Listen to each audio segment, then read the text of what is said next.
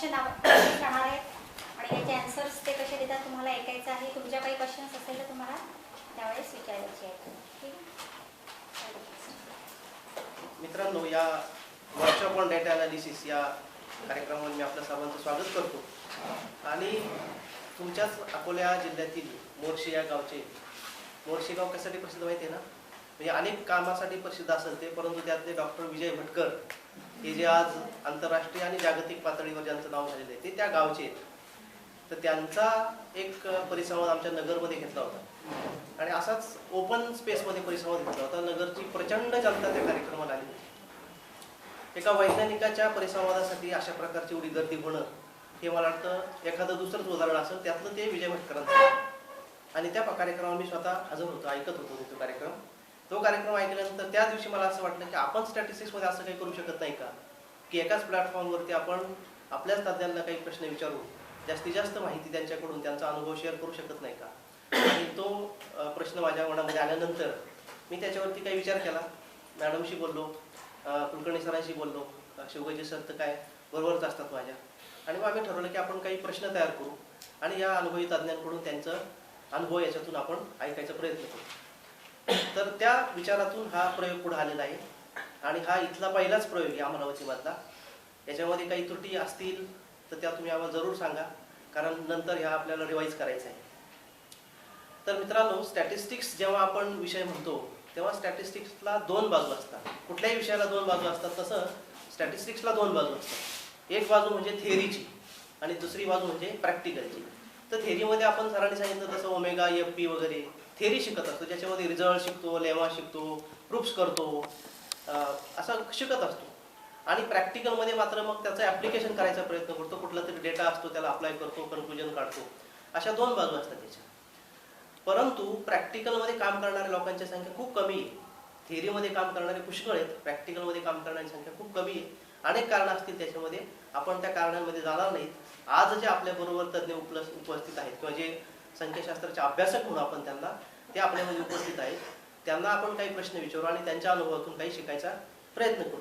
आता हा संवादाचा कार्यक्रम पुढे नेत असताना मी पहिलाच प्रश्न शिवगजे सरांना असा विचारणार आहे की त्यांनी आत्तापर्यंतच्या त्यांच्या 20-25 वर्षाच्या करिअरमध्ये कुठल्या कुठल्या विषयामध्ये स्टॅटिस्टिक्सचा उपयोग केलेला आहे. कारण असं म्हणतात, जळी स्थळी काष्टी पाषाणी जसा परमेश्वर असतो तसा स्टॅटिस्टिक्स हा विषय सुद्धा सगळ्या विषयामध्ये असतो. मग जगामध्ये जर लाखो विषय असतील तर शिवगजे सरांनी नक्कीच काही सगळ्या विषयामध्ये प्रयत्न केलेला नाहीये, परंतु त्यांनी आतापर्यंत कुठल्या कुठल्या विषयामध्ये स्टॅटिस्टिक्स वापरायचा प्रयत्न केला हे त्यांनी त्यांच्याकडून आपल्याला ऐकायचं. मित्रो, मी कृषी विद्यापीठात काम करत असल्यामुळं आमच्या विद्यापीठात जवळजवळ ॲग्रिकल्चरच्या, आपल्याला ॲग्रिकल्चर हा एकच शब्द माहिती असतो, परंतु ॲग्रिकल्चरच्या 16 डिसिप्लिन्स आहेत. तर त्याच्यामध्ये तुम्हाला जेनेटिक्स अँड प्लांट ब्रीडिंग माहिती असेल, हॉर्टिकल्चर ऐकून आहोत आपण, वॉटर मॅनेजमेंट आहे, food science and dairy science आहे, ॲनिमल सायन्स आहे, ॲग्रिकल्चरल केमिस्ट्री आहे, नंतर ॲग्रिकल्चरल एक्सटेन्शन आहे, जी टेक्नॉलॉजी आपण विद्यापीठात डेव्हलप करतो ती एक्सटेन्शनच्या माध्यमातून शेतकऱ्यापर्यंत पोहोचवण्याचा प्रयत्न करतात, ते ॲग्रिकल्चरल एक्सटेन्शन आहे. नंतर ॲग्रिकल्चरल इकॉनॉमिक्स ही सेपरेट डिसिप्लिन आहे, ॲग्रिकल्चरल इकॉनॉमिक्स. आणि तसंच ॲग्रिकल्चरल इंजिनिअरिंग, जसं बाहेरचं आपलं ट्रॅडिशनल मेकॅनिकल किंवा सिव्हिल इंजिनिअरिंग आहे, तसं ॲग्रिकल्चरल इंजिनिअरिंग ही सेपरेट डिसिप्लिन आमच्याकडे आहे. आणि या सगळ्या डिसिप्लिनमध्ये मी संख्याशास्त्राचा वापर करायचा प्रयत्न केलेला आहे. तसंच बाहेरही कस्तुरे सरांबरोबर काम करत असताना बाहेर आम्ही इकॉनॉमिक्स म्हणजे अर्थशास्त्रात असेल, मानसशास्त्रात असेल, मेडिकल सायन्सेसमध्ये आहे, इन्फॉर्मेशन टेक्नॉलॉजीमध्ये आहे आणि ट्रॅडिशनल इंजिनिअरिंगमध्ये, अशा सगळ्या विषयामध्ये आम्ही जवळजवळ प्रोजेक्ट्स घेतले होते आणि त्याच्यात संख्याशास्त्राचा वापर करायचा आम्ही प्रयत्न केलेला आहे. आणि एक आता कुलकर्णी सरांनी आपल्या भाषणात सांगितलं की हे स्टॅटिस्टिक्स हे सर्व्हिस सायन्स आहे. त्याच्यामुळे मला ते एक तुम्हाला आवाहन करावं वाटतं की आपण जास्तीत जास्त विषयामध्ये संख्याशास्त्राचा वापर करायचा प्रयत्न करा आणि विषयाचं महत्व अजून वाढवायचा प्रयत्न करा, म्हणजे आपलं महत्व ऑटोमॅटिक वाढतं. धन्यवाद सर. कुलकर्णी सरांचं एक व्याख्यान झालेलं आहे, कुलकर्णी सरांनी उद्घाटनपर भाषणही केलेले आणि त्यांच्या भाषणातून, त्यांच्या एकंदरीत चर्चेतून त्यांचा अनुभव कसा आहे मला वाटतं त्याची एक झलक झाला म्हणतो आपण, ती आपल्या सगळ्यांच्या लक्षात आली असेल. तरी सुद्धा मला त्यांना असा प्रश्न विचारतो की आपण आपण आतापर्यंत जी चर्चा केली त्याच्या व्यतिरिक्त कुठल्या कुठल्या विषयामध्ये स्टॅटिस्टिक्स वापरलेले त्याची पण जर नावं सांगितली विद्यार्थ्यांना तर नक्कीच त्याचा उपयोग होईल. म्हणजे सुरुवात मी म्हणल्याप्रमाणे मी डॉक्टर पी व्ही सुखात्मे यांच्याकडे माझी पहिली नोकरी होती. म्हणजे जेव्हा मी तुमच्या वयाचा होतो त्यावेळेस मला नोकरीची संधी मिळाली. त्यामुळे सुरुवातच एका मोठ्या माणसाबरोबर झाली आणि ते लोक न्यूट्रिशन आणि पब्लिक हेल्थ या विषयात काम करत होते. तेव्हा माझी सुरुवात संख्याशास्त्राचा वापर करण्याची संधी मला न्यूट्रिशन आणि पब्लिक हेल्थमध्ये सुरुवातीला मिळाली. त्याच्यामध्ये मग एक्सपेरिमेंट्स डिझाईन करण्यापासून एक्सपेरिमेंट्स प्लॅन करणं आणि एक्झिक्यूट करणं हे आम्ही उंदरांच्यावरती प्रयोग केले, माकडांच्यावरती प्रयोग केले, हे सर्व त्यामध्ये आलं. त्याच्यानंतर मी मानववंशशास्त्रामध्ये काही डेटा गोळा केला आणि त्याच्यावरती आम्ही काही ॲनालिसिस केला. नंतर आम्ही फॉरेस्ट्रीमध्ये काही माझं एंट्रीचं वर्क आहे. त्यानिमित्ताने मी काही निलगिरीच्या झाडांवरती डेटा गोळा केला आणि त्याचं मॉडेलिंग करण्याचा प्रयत्न केला, ग्रोथ अँड हार्वेस्टिंग स्ट्रॅटेजी आणि असे विविध प्रकारचे म्हणजे बॉटनी, झुऑलॉजी, मायक्रोबायोलॉजी. अगदी अलीकडं म्हणजे जैविक विविधता या संदर्भात मी डॉक्टर मालुवाडी यांच्यावर काही कामं केली आणि सर्वे केले वेस्टर्न घाटामध्ये आणि तिथं सॅम्पलिंग कसं करावं, तिथं एस्टिमेशन कसं करावं, किती आपल्याकडं संपदा आहे याचं मोजमाप कशी करावी या संदर्भात आम्ही कामं केली. आणि गेल्या वर्षी मी भुंगे, कीटक, मधमाशा आणि फुलं यांचे एकमेकांशी संबंध काय या संदर्भातही काही काम करायचे. धन्यवाद सर. पांडुरंग वासुदेव सुखात्मे या शास्त्रज्ञाचा उल्लेख आतापर्यंत 3-4 वेळेस झालेला आहे आणि आपलं कुलकर्णी सरांनी त्यांच्याबरोबर बऱ्याच वेळेस काम केलेले लक्षात आलं असेल, तुमच्या लक्षात आलं असेल. यातली एक आठवण या ठिकाणी मला सांगायला खूप आवडेल की कुलकर्णी सरांच्या लग्नाला डॉक्टर पांडुरंग वासुदेव सुखात्मे हे उपस्थित होते आणि जेवतानाचा त्यांचा फोटो त्यांच्याबरोबर आहे. मित्रांनो, जो कोणी फार मोठा यश मिळवतो म्हणजे त्याच्यात लता मंगेशकर असतील, विजय भटकर असतील, मनमोहन सिंग असतील, जे कोणी खूप मोठ्या प्रकारचं यश मिळवतात किंवा छोट्याही प्रकारचे यश मिळवतात त्यांना कोणाची तरी प्रेरणा असते आणि प्रेरणेशिवाय आपण पुढे जाऊ शकत नाही. कारण शाबासकीची थाप मिळाल्याशिवाय, प्रेरणा मिळाल्याशिवाय पुढे जाऊ शकत नाही आपण. तर तसं डेटा अनालिसिस क्षेत्रामध्ये आज कुलकर्णी सरांचं आणि शिवगजे सरांचं चांगल्या प्रकारचं नाव आहे. तर शिवगजे सरांना अशा प्रकारची प्रेरणा कोणाकडून मिळाली हे जर त्यांनी आपल्याला सांगितलं तर आपल्यालाही त्याची प्रेरणा मिळेल असं मला वाटतं. विद्यार्थ्यांनो, ज्यावेळेस तुमच्यासारखंच MSc मी ज्यावेळेस करत होतो 1987 साली पुणे विद्यापीठामध्ये, त्यावेळेस मला प्रोजेक्ट असा कंपल्सरी नव्हता आम्हाला, परंतु apart from theory and practical आम्हाला डॉक्टर अनिल गोरे जे माझे गुरुवर्य होते त्यांच्याकडून आम्हाला डेटा कलेक्शन विषयी, डेटा अनालिसिस विषयी आणि वेगवेगळे जर्नल वाचण्याविषयीची जी प्रेरणा मिळाली ती अजूनही आम्हाला आठवते. आणि त्यांनी त्यावेळेस आमच्याकडून एक प्रोजेक्ट करून घेतला होता, म्हणजे in addition to our theory and practical work.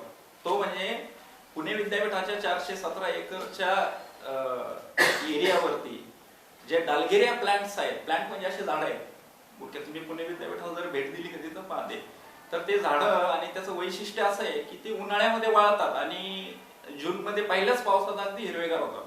तर असे ते झाडं त्याचं काउंट करता येईल का 417 एकरवरचं, आपल्याला काही एस्टिमेट त्याच्या संख्येविषयी बांधता येईल का, असा सरांचा आम्हाला प्रश्न होता. आणि ते प्रश्न सोडवण्याच्या दृष्टिकोनातून आम्ही एक प्रोजेक्ट छोटासा हाती घेतला होता आणि इकॉलॉजी मधलं जे नियरेस्ट नेबर मेथड आहे ते मेथड वापरून आम्ही ते एस्टिमेटही काढला होता. तर असं आम्हाला डॉक्टर अनिल गोरेंकडून त्यावेळेस सुरुवातीलाच प्रेरणा आणि प्रोत्साहन मिळायचं. त्याच्यानंतर सुदैवाने MSc कम्प्लीट झाल्या Maharashtra association for cultivation of science MACS इथं जसं मला कुलकर्णी सरांना जसा सुखात्मे सरांबरोबर काम करण्याची संधी मिळाली तशीच मला त्यांच्या अंडर एका प्रोजेक्टमध्ये पांडुरंग वासुदेव सुखात्मे बरोबर काम करण्याची संधी मला मिळाली होती 87 साली. आणि मी नशीब समजतो माझं की त्यांच्याकडून बायोमेट्रिक एक्सपेरिमेंट जे आहेत, म्हणजे पांडुरंग वासुदेव सुखात्मेचं इथं मला एक वैशिष्ट्य सांगावं वाटतं की 1952 ते 1970च्या दरम्यान ते युनो मध्ये FAO चे फूड अँड ऍग्रिकल्चरल ऑर्गनायझेशन, तर त्याचे स्टॅटिस्टिक्स डिव्हिजनचे ते हेड होते रोम मध्ये, त्याचं ऑफिस रोम मध्ये होतं. आणि तिथला कार्यकाल संपल्यानंतर ते MACS ला आलेले होते आणि त्यांच्या अंडर आम्हाला हे न्यूट्रिशनचे एक्सपेरिमेंट आणि तिथलं डेटा अनालिसिस करण्याची संधी मिळाली. तर तो खूपच ग्रेट एक्सपिरियन्स होता. त्याच्यानंतर प्रेरणा मिळाली म्हणजे आपल्याला माहिती नसेल की डेटा कुठे असतो आणि त्याचा तिथं स्टॅटिस्टिक्सचा काही वापर असेल का. तर हा प्रोजेक्ट संपल्यानंतर मला एक इंटरनॅशनल फेम, तुम्हाला व्यंकटेश्वर हॅचरीचं नाव ऐकून असाल आपण, व्यंकटेश्वर हॅचरी, वेंकीज फूड किंवा एग्स, चिकन्स हे माहिती असतील आपल्याला.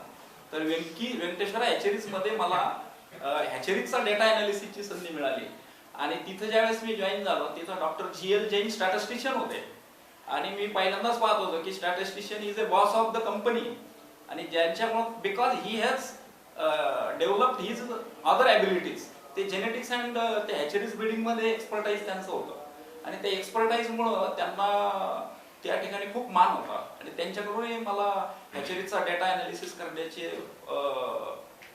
एक संधी मिळाली, त्यांच्याकडून खूप प्रेरणाही मिळाली आणि नंतर मग मी रावरी कृषी विद्यापीठात जॉईन झालो. तर असं मला doctor Anil Gore, doctor Pandurang Vasudev Sukhatme, doctor GL Jain यासारख्या दिग्गजांकडून डेटा अनालिसिस करण्याविषयीची प्रेरणा मिळालेली.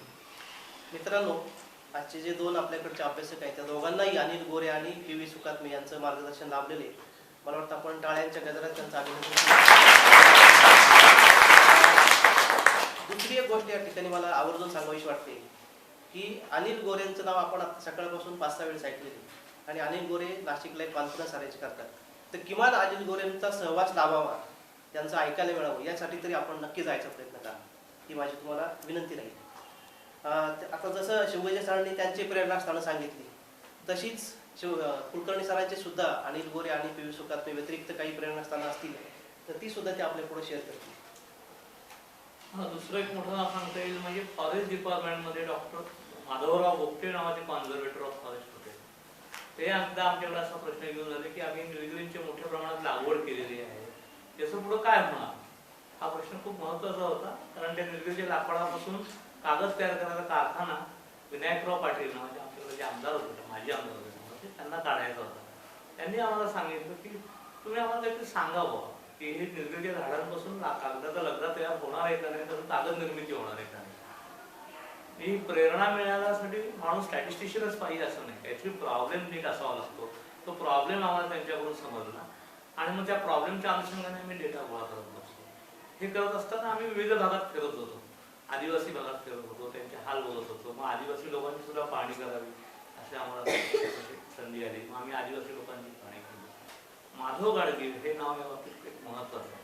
हे 87-88 साली मी डॉक्टर माधव गाडगीळ यांच्याकडे बंगलोरला गेलो आणि त्यांच्याकडून या संदर्भात कसा अभ्यास करता येईल आणि काय करता येईल, मॉडेलिंग करायचं म्हणजे नेमकं काय करायचं आणि प्रॉब्लेम सोडवायचे म्हणजे कशा पद्धतीने त्या दृष्टिकोनातून बघायचं हे त्यांनी शिकवलं. त्यांनी शिकवलं म्हणजे समोरासमोर बसून शिकवलं असं नाहीये, पण त्यांनी रिसर्च पेपर वाचायला दिले आणि त्यानंतर ते परदेशात निघून गेले आणि आल्यानंतर मला रिपोर्ट सादर कर म्हणून सांगितलं. तर ते परत येईपर्यंत मी बंगलोरलाच होतो आणि आल्यानंतर मात्र आम्ही रिपोर्ट सादर केला, काही चर्चा केली आणि त्याच्यातून आमचे पुढं मार्ग निघाले. मला सारखं असं वाटतं की प्रेरणा मिळण्यासाठी आपल्याला खूप मोठे स्टॅटिस्टिशियन पाहिजे, खूप मोठा माणूस पाहिजे असं नाही. छोटासा प्रॉब्लेम का होईना आपल्या समोर पाहिजे आणि तो आपण सोडवायला पाहिजे. अगदी सुरुवातीच्या काळामध्ये आम्ही नायट्रोजन फर्टिलायझर्सवरती काम करत असतो. त्यामुळे त्या फर्टिलायझरमधून युरिया आणि अशा काही गोष्टी असत्या त्या हळूहळू रिलीज होतात का एका वेळेस रिलीज होतात हे बघण्याचं महत्त्व होतं. तर या संदर्भात आम्ही जे काम केलं ते आमचं MPKVच्या जर्नल्समध्ये पब्लिश झालं, महाराष्ट्र जर्नल ऑफ ॲग्रिकल्चर युनिव्हर्सिटीमध्ये.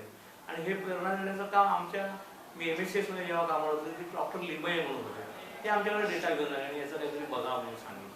म्हणजे लोकांच्याकडे प्रॉब्लेम्स असतात, मी सकाळी म्हणल्याप्रमाणे लोक आपल्या जवळपासच असतात, त्यांचे प्रॉब्लेम सोडवायला जर का आपल्याला मदत केली तर लोक आपल्याकडे पुन्हा पुन्हा यायला. अशाच अनेक प्रकारचे प्रॉब्लेम आमच्याकडे येत गेले आणि आम्ही ते प्रॉब्लेम सोडवत गेलो. अगदी अलीकडं मी म्हणल्याप्रमाणे मी जेव्हा गेल्या वर्षी आयसरला गेलो होतो त्रिवेंद्रमला एक कोर्स शिकवायला MSc PhDच्या विद्यार्थ्यांना, तर ते डॉक्टर हेमा सोमनाथन आहे.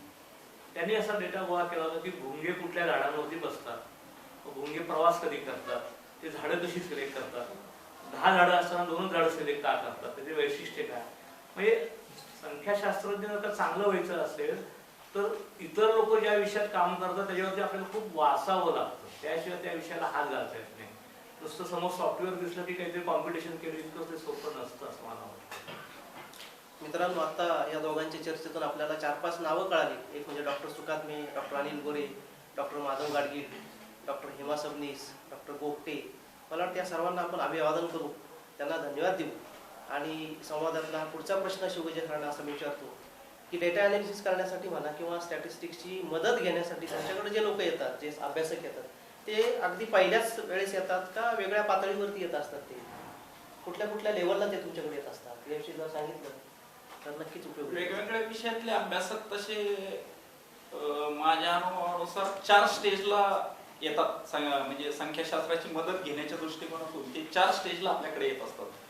तर काही अभ्यासक एकदम सुरुवातीलाच म्हणजे आपल्या विषयाची व्याप्ती, स्वरूप, मर्यादा याचा विचार करण्यासाठी आणि संशोधनाचं पूर्ण प्लॅनिंग करण्याच्या दृष्टिकोनातून डेटा कुठं कलेक्ट करायचा, किती सॅम्पल साईज असावी, क्वेश्चनेअर फॉर्म करणे, अनालिसिस करणे, इंटरप्रिटेशन करणे, त्या दृष्टिकोनातून उद्देश आणि गृहीतक आपले म्हणजे हायपोथेसिस आणि ऑब्जेक्टिव्ह जे म्हणतो आपण ते प्लॅन करण्यापासून संशोधक आल्याचे मला आठवतं.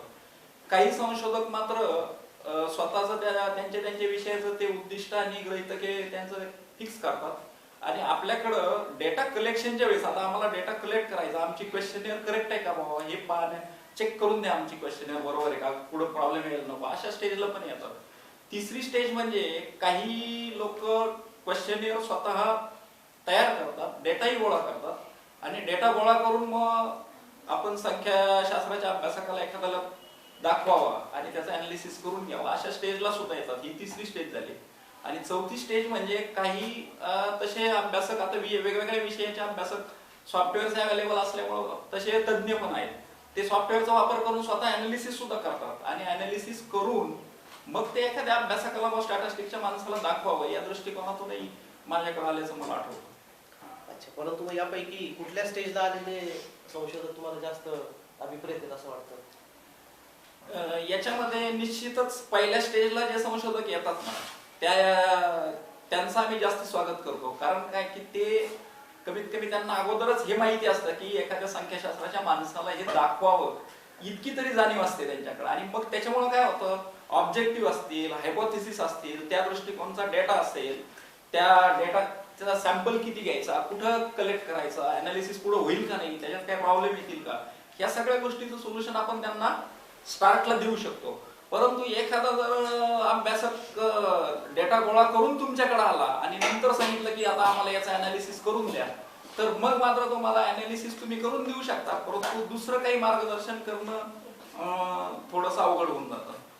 अच्छा, मित्रांनो, एकंदरीत सरांच्या चर्चेतून आपल्याला जाणवलं असेल की वेगळ्या लेवल लोक येतात आणि स्टॅटिस्टिक्सचे आपण सर्वजण अभ्यासक या नात्याने आपल्याला एक जबाबदारी अशी येते की स्टॅटिस्टिक्सची मदत घेण्यासाठी सर्वांनी आपल्याकडं पहिल्याच वेळेस यावं, अगदी सुरुवातीपासूनच यावं, यासाठी आपणच प्रयत्न करायची गरज आहे. त्याच्याशिवाय आपला विषय हा लोकप्रिय होणार नाही. आणि इंटरनॅशनल स्टॅटिस्टिक्स इयर 2013 या वर्षामध्ये आपण जर हा प्रयोग करायला सुरुवात केली तर मला वाटतं तुमचं अजून खूप मोठं करिअर जायचं आहे. तुम्हाला खूप याच्यामध्ये संधी आहेत. मित्रांनो, डॉक्टर कुलकर्णी हे इकॉलॉजीमध्ये खूप काम करतात. डॉक्टर माधव गाडगिळांबरोबर काम करतात. त्याचप्रमाणे त्यांनी कळसुबाईच्या शिखरावरती सुद्धा बऱ्याच वेळी जाऊन डेटा गोळा केलेला आहे. तर मला असं त्यांना वाटतं किंवा इकॉलॉजी संदर्भात आपण ज्या त्या संशोधकांना कशा प्रकारे मार्गदर्शन करता, कारण इकॉलॉजी आणि स्टॅटिस्टिक्सचा कसा संबंध आहे हे आमच्यापेक्षा तुम्ही जास्त जाणू शकता. इकॉलॉजीमध्ये काम करणारे जे अभ्यासक असतात ते त्यांच्या विषयामध्ये तज्ञ असतात, त्याच्याबद्दल काही वाद नसतो.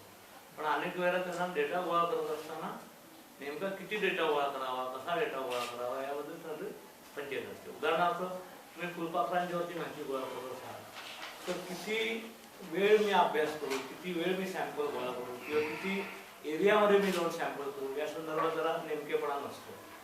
म्हणजे झाडं कोणाला म्हणायचं, झुडपं कोणाला म्हणायचं याची सुद्धा माहिती अनेक वेळेला त्यांना असते, पण शेवटी डेटा किती गोळा करायला कळत नसतं. म्हणजे साधारण तसं असतं की तुम्ही सुरुवातीला जर का इंडिव्हिज्युअल शोधायला लागला किंवा स्पेसिस शोधायला लागला तर सुरुवातीच्या 1 एकरात 2 एकरामध्ये तुम्हाला भरपूर वेगवेगळ्या स्पेसिस सापडतात. पण त्याच्या पुढं अजून एखादी नवीन स्पेसिस शोधायची असेल तर त्यासाठी खूप काळ द्यावा लागतो. तर how much effort is needed to estimate the total number of species in a given area, हा एक प्रश्न. तो एरिया जर का छोटा असेल तर गोष्टी सोप्या असतात.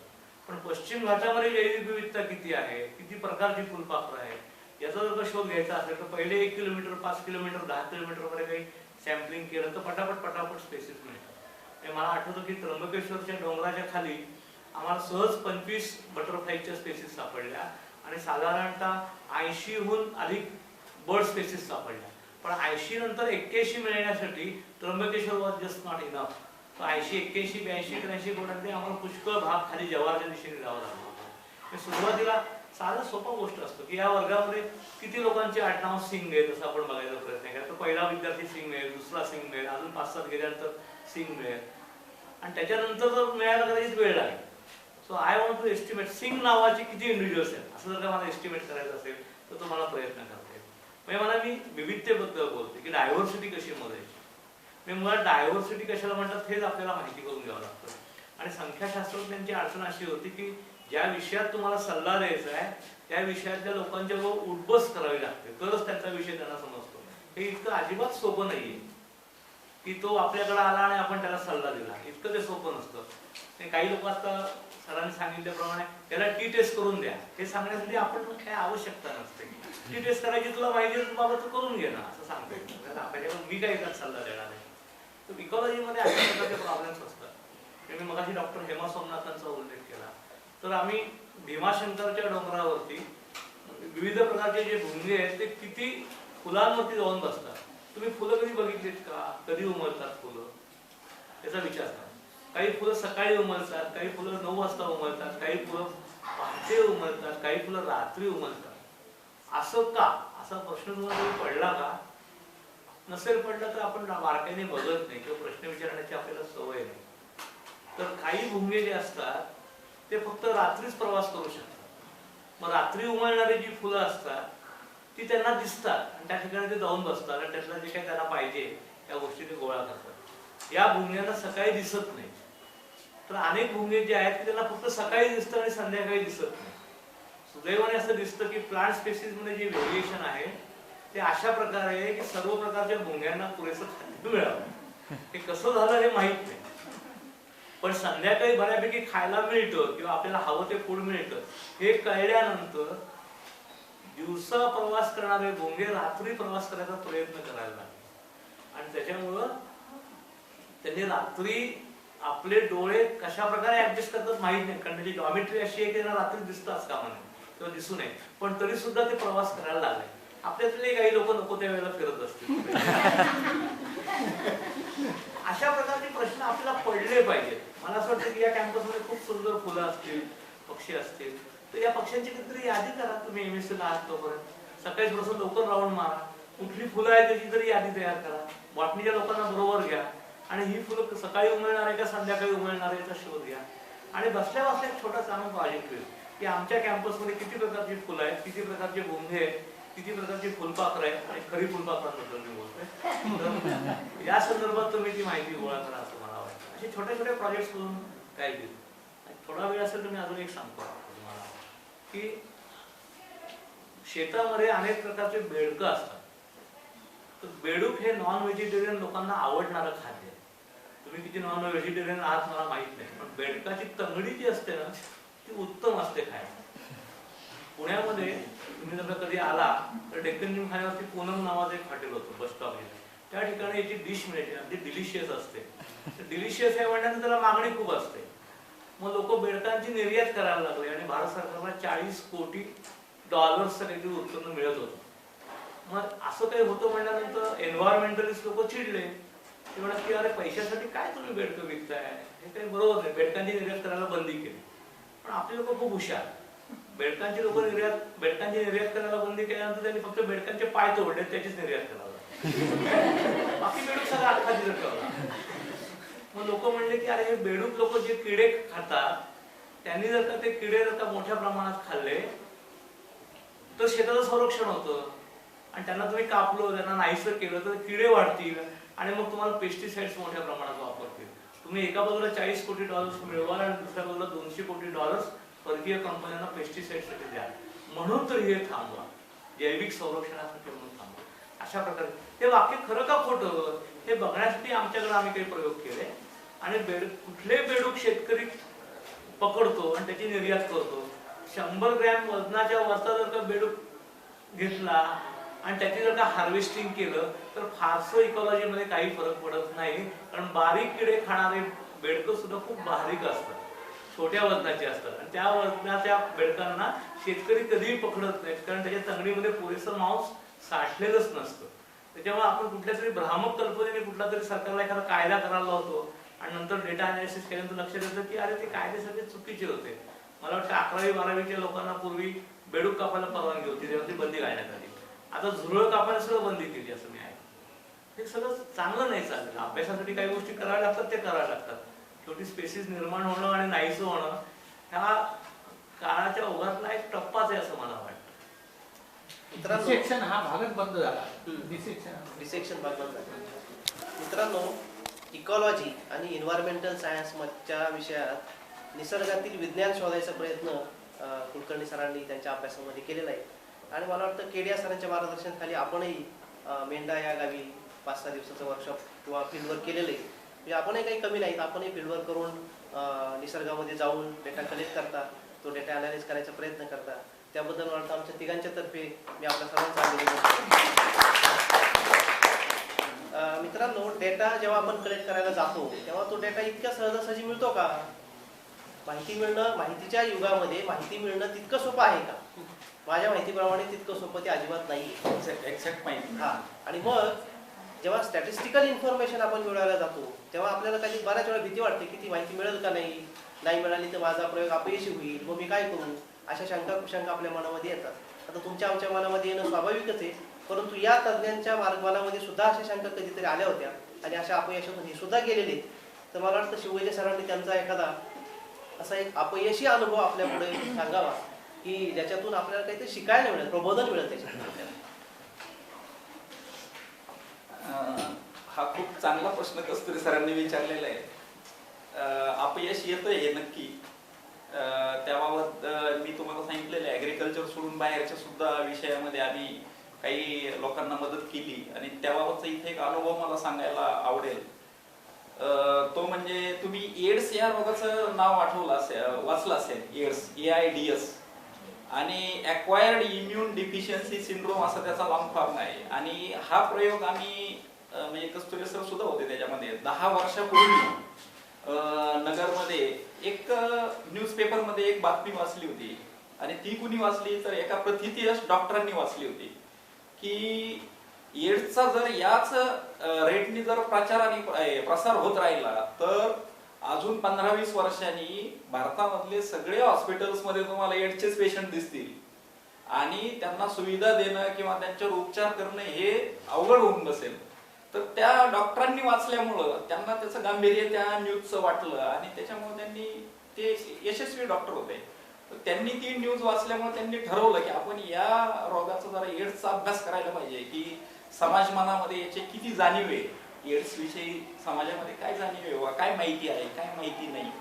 तर या अभ्यास करायचं म्हटल्यानंतर डेटा कलेक्ट करणं आलंच आणि त्याच्यासाठी त्यांनी एक चांगला प्रोजेक्ट तयार केला होता. आणि त्याच्यासाठी त्यांनी जवळजवळ असं ठरवलं होतं की आपण महाराष्ट्रातून साधारणपणे प्रत्येक जिल्ह्यामधून बऱ्याचशा जवळजवळ 1 लाखापर्यंत क्वेश्चनेअर किंवा प्रश्नावली भरून घेऊ लोकांकडून आणि त्याच्यातून एखादा सर्वे रिपोर्ट आपल्याला तयार करता येईल का, शासनाला सादर करता येईल का, हा सिरियस डिसीज आहे एवढा, याचं पुढं काय होईल.